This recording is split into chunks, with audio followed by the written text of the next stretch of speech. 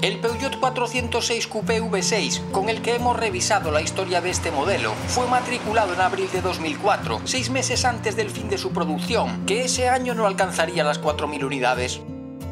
En esos días, la marca del León presentaba el 407 Berlina, del que derivaría un coupé que ya no llevaría el sello del carrocero Pininfarina.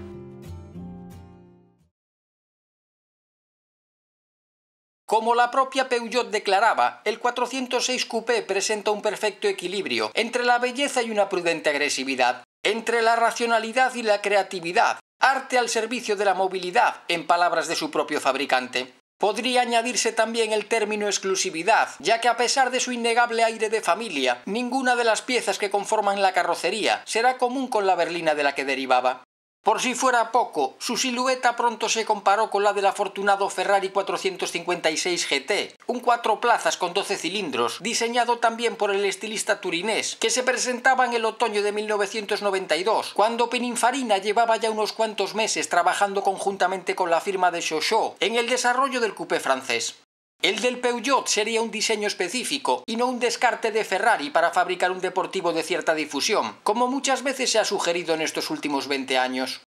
Con una distancia entre ejes igual a la del 406 Sedán, de 2,7 metros, la longitud crecerá en 6 centímetros, la mayor parte de ellos ganados en el voladizo delantero. La anchura total rozará el 1,80 m debido al incremento de las vías, mientras que la altura, de 135 centímetros, será unos 6 inferior a la del 4 puertas, algo motivado por unos muelles de la suspensión más cortos y por la propia forma de la carrocería.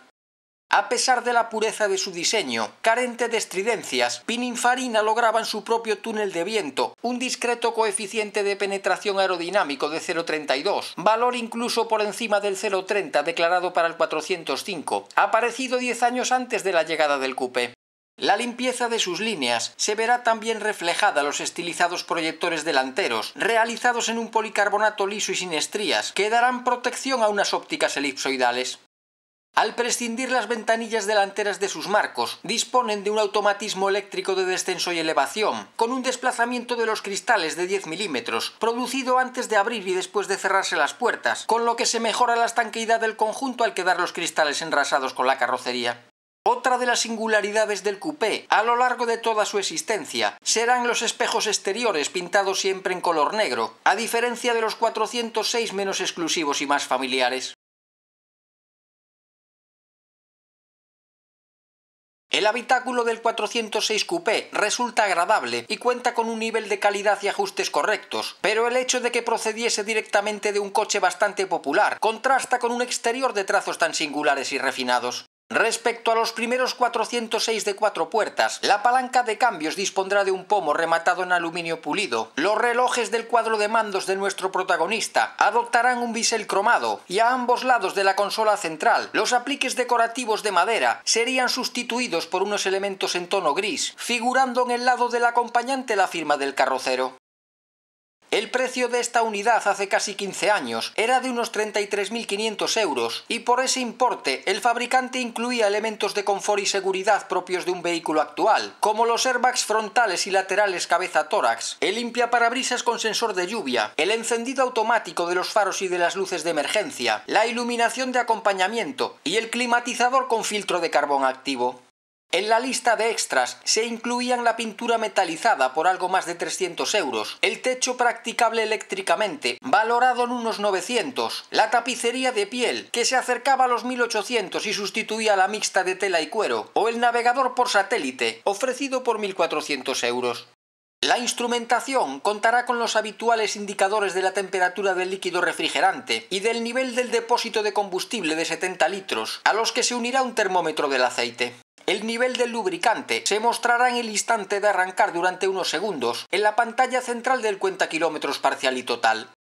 Con un espacio para las piernas de los ocupantes de las plazas traseras más que suficiente, la altura útil solo se veía disminuida en 2 centímetros, al ir posicionados los asientos individualizados algo más bajos, mientras que la anchura será la cota más favorecida, dada su configuración de 4 plazas. El maletero dispone de 390 litros declarados por el fabricante, 40 menos que la berlina, y cuenta como esta con respaldos abatibles de los asientos traseros de manera individual, lo que permitía el transporte de objetos de cierto volumen.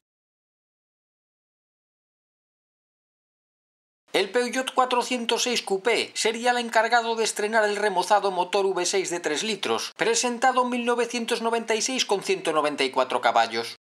El nuevo propulsor sería fabricado en Dublín por el consorcio Français de Mécanique para el grupo PSA y Renault, como el casi millonario PRV. En este 6 cilindros en V a 60 grados, realizado en aluminio, que incluso variaba su diseño exterior, se sustituye el colector de admisión variable por uno fijo, mientras que los árboles de levas de admisión podían variar el momento y el tiempo de apertura de las válvulas. La relación de compresión también aumenta en 4 décimas, hasta llegar a 10,9:1, y se incorpora una nueva gestión electrónica. Todo ello para emitir un 25% menos de CO2 que su predecesor, lo que le permitía cumplir la norma Euro 3, siendo además 10 kilos más ligero. Presentado y publicitado con 207 o 208 caballos, en realidad rendirá 210 a 6.000 revoluciones por minuto, superando su par máximo los 29 kilómetros a poco más de 3.700 vueltas. Tales valores permitían que Peugeot anunciase una velocidad punta de 240 km/h y una aceleración de 0 a 100 en 7,8 segundos. La suspensión se heredaba directamente de la noble berlina 406 y contará en el eje delantero con un sistema pseudo-McPherson, con triángulos de acero forjado, mientras que en el trasero se recurre a un complejo esquema multibrazo, con tirantes transversales, longitudinales y oblicuos. En la primavera de 2003, en el eje anterior se abandonaban las pinzas Brembo de 4 pistones, que habían sido utilizadas en los primeros V6, conservándose en esta motorización los discos autoventilados de 305 mm de diámetro y los traseros macizos de 290. Los Peugeot 406 Coupé más evolucionados estarían dotados, además del ABS incluido en el equipamiento de serie desde sus comienzos, del control electrónico de estabilidad o ESP y del sistema de asistencia a la frenada de urgencia, que detecta situaciones de frenada de emergencia y potencia en lo posible que la deceleración sea máxima. Por último, la servodirección de asistencia variable con la velocidad requerirá de 3 vueltas de volante para que las ruedas realicen su giro completo. Desde sus primeras apariciones en la prensa especializada, allá por el año 97, el 406 Coupé V6 se mostraba como un automóvil muy apetecible, cuyas sólidas virtudes hacían olvidar pronto sus pecados. La siempre autorizada Le Moniteur Automobile destacaba del ítalo-francés el agrado y la facilidad de su uso, el motor, que sobre el papel presentaba cifras más bien modestas, pero que será dulce, elástico y silencioso, perfectamente adaptado a este gran rutero, su comportamiento seguro y eficaz, el confort y la amplitud en cualquiera de sus plazas, la excelente iluminación y un maletero suficientemente espacioso para acoger el equipaje de 4 adultos.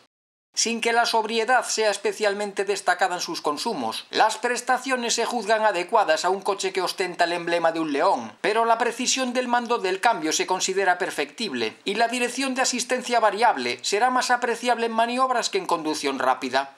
La visibilidad en los 3/4 delanteros será, según los belgas, el aspecto peor resuelto de su bella carrocería, debido a los gruesos montantes del parabrisas. El semanal Autopista añadía como reproches al V6 PAC una postura de conducción un tanto peculiar, a pesar de las múltiples regulaciones del asiento y del volante, la boca de carga del maletero un tanto angosta y un precio estimado algo elevado. Los resultados conseguidos por el equipo de frenos serán calificados de extraordinarios por José María Quesada, al nivel de un bastidor definido como verdaderamente excepcional.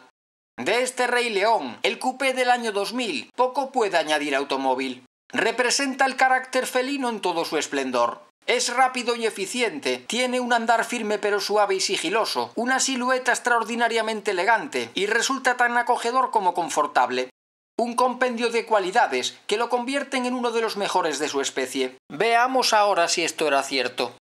Con su primitiva motorización más potente, debería batirse el cobre en la categoría de los coupés en torno a los 200 caballos, con el BMW 328 Ci y con un par de suecos sobrealimentados, el Volvo C70 de 5 cilindros y el Saab 9-3 de solo 4. Tras el ensayo, la conclusión del mensual automóvil parece clara. El BMW sigue siendo la referencia en su segmento, al ser el más equilibrado de todos. Comenzando por sus motores, el 6 en línea del germano será el más satisfactorio por suavidad, respuesta y consumo. En el turbo de bajo soplado del Volvo la entrega de potencia será siempre muy lineal. El del francés se muestra suave y placentero, aunque menos contundente que los anteriores. Y el del Saab, con solo 2 litros, será el más potente y explosivo del grupo, pero también el menos agradable en un uso general. Tras el de Múnich, único representante de la tracción trasera, el 406 sobresaldrá por su comportamiento, ya que no solo será eficaz, sino muy divertido de conducir, estando los nórdicos penalizados por un mayor subviraje.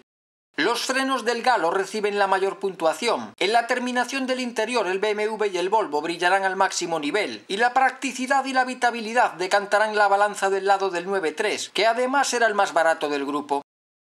Dentro de este mismo segmento, en el que dejarse llevar por la provocación es algo natural, el V6 podría medir sus fuerzas en una lucha de razones y pasiones con otros 2 refinados contendientes, animados por motores de 4 cilindros, el Mercedes CLK 230 compresor y el Lancia Kappa Coupé 2 litros turbo. Frente a estos, el del León impone la sofisticación y la suavidad de sus 6 cilindros, aunque su respuesta estará condicionada por unos desarrollos del cambio excesivamente largos, poco acordes con su motor. El de la Estrella será más tosco y sonoro, pero el más económico en el consumo de combustible, mientras que al italiano le podrá la pereza a bajas revoluciones, a pesar de ser el más potente. El Peugeot ofrecerá el mejor comportamiento de los 3, al menos cuando se circule con la suspensión deportiva opcional conectada, ya que en condiciones normales se producen demasiados rebotes en carreteras bacheadas.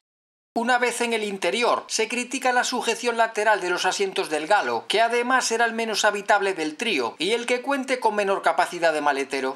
En una valoración global, el Mercedes CLK impone su mayor homogeneidad, por la mínima al 406 Coupé, seguidos de un elegante Lancia Kappa, lastrado por un precio muy elevado. Con su revisado propulsor de 210 caballos, nuestro invitado acelera y recupera como un verdadero titán, como podíamos leer en Motor 16 en los albores del presente siglo, cumpliendo escrupulosamente con las cifras indicadas por la marca. A pesar de que los desarrollos de la transmisión permanecerían inalterados, el consumo de gasolina también disminuía, sobre todo al circular a gran velocidad, con lo que la autonomía media superaba ahora los 600 kilómetros. Con esta mecánica, asociada al cambio adaptativo de 4 velocidades, la revista Autopista lo enfrentaba al Honda Accord Coupé, un 6 cilindros de similar potencia y con el mismo tipo de transmisión. En este Tour de Force, el Honda encarnará un papel más burgués, derrotando a su rival en confort de marcha, debido a unas suspensiones más blandas que denotan su origen americano, y jugando con la ventaja de disponer de mayor habitabilidad y capacidad en el portamaletas.